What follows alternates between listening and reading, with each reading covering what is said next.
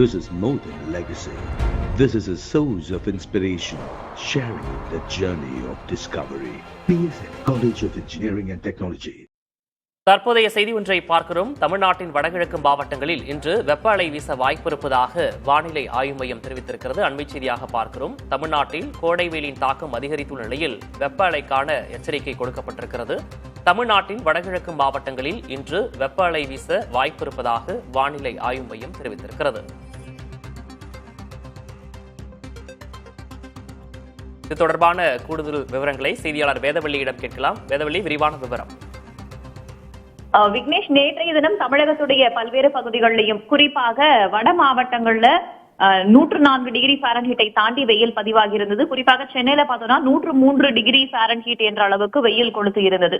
இந்த நிலையில ஒட்டுமொத்த தமிழகத்திலையும் 2 to 5 டிகிரி செல்சியஸ் வரைக்கும் வெப்பநிலை அதிகரிச்சிருக்கு அப்படின்னு சொல்லியிருக்கக்கூடிய வானிலை ஆய்வு மையம் அடுத்து வரும் 24 மணி நேரத்துல தமிழகத்துல வெப்ப அலை வீசுவதற்கான வாய்ப்பு இருப்பதாக சொல்லி இருக்கிறது. அதாவது அதிகப்படியான வெப்பநிலையும் அதிகப்படியான ஈரப்பதமும் இருக்கும், அசௌகரியம் நிலவும் வடகிழக்கு மாவட்டங்கள்ல இதனால வெப்ப அலை வீசுவதற்கான வாய்ப்பு இருக்கு அப்படின்ற எச்சரிக்கையை வானிலை ஆய்வு மையம் விடுத்திருக்காங்க.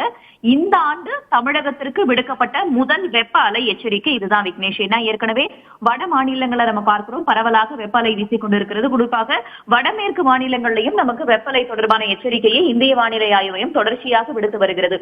ஆனா தமிழகத்துல வெப்ப அலை வீச வாய்ப்பு இருக்கு அப்படின்ற முதல் எச்சரிக்கையை இந்த ஆண்டுக்கு தமிழகத்திற்கு இப்போதுதான் விடுக்கப்பட்டிருக்கிறது. சென்னையை பொறுத்த வரைக்கும் அதிகபட்சமாக 39 டிகிரி செல்சியஸ் வரைக்கும் வெப்பநிலை அதிகரித்து காணப்படுவதற்கான வாய்ப்பு இருப்பதாக சொல்லப்பட்டிருக்கிறது. இன்றும் நாளையும் சென்னையில வெப்பநிலை அதிகரித்து காணப்படும் சொல்லப்பட்டிருக்கு.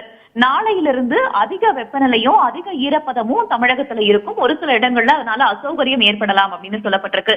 ஏற்கனவே சுகாதாரத்துறை தரப்பிலிருந்து 11 மணிலிருந்து பிற்பகல் 3 மணி வரைக்கும் அதிக வெயில் இருக்கும் நேரத்துல வெளியே செல்ல வேண்டாம் அப்படின்ற எச்சரிக்கை ஏற்கனவே விடுக்கப்பட்டிருந்த நிலையில இந்த ஆண்டுக்கான முதல் வெப்ப அலை எச்சரிக்கை தமிழகத்திற்கு இப்போது வெளியாகி இருக்கிறது. ஏற்கனவே வட மாநிலங்கள்ல தொடர்ச்சியாக வெயில் கொளுத்தி வரும் நிலையில இனி வரக்கூடிய நாட்களையும் வெப்பநிலை அதிகரித்துதான் இருக்கும் அப்படின்னு சொல்லப்பட்டிருக்கு. எந்த அளவுக்கு அப்படின்னா அதிகபட்ச வெப்பநிலை ஒரு சில இடங்கள்ல 2 to 4 டிகிரி செல்சியஸ் வரைக்கும் அதிகமாக இருப்பதற்கான வாய்ப்புகள் இருக்கிறது.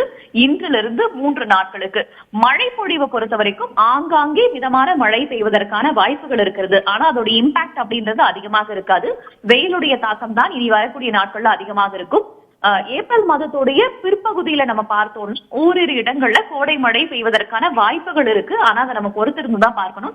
இப்போதைக்கு வெப்ப எச்சரிக்கை விடுக்கப்பட்டிருக்கிறது. மருத்துவர்களுடைய கூற்றுப்படி முதியவர்கள், சிறுவர்கள் அந்த பகல் நேரத்துல 11 மணிலிருந்து 4 மணி வரைக்கும் வெளியே செல்வதை முற்றிலுமாக தவிர்க்கணும் அப்படின்ற எச்சரிக்கையும் கொடுக்கப்பட்டிருக்கிறது. விக்னேஷ், தமிழ்நாட்டிற்கு வெப்ப அலை எச்சரிக்கை கொடுக்கப்பட்டிருக்கிறது. விவரங்களுக்கு நன்றி வேதவள்ளி.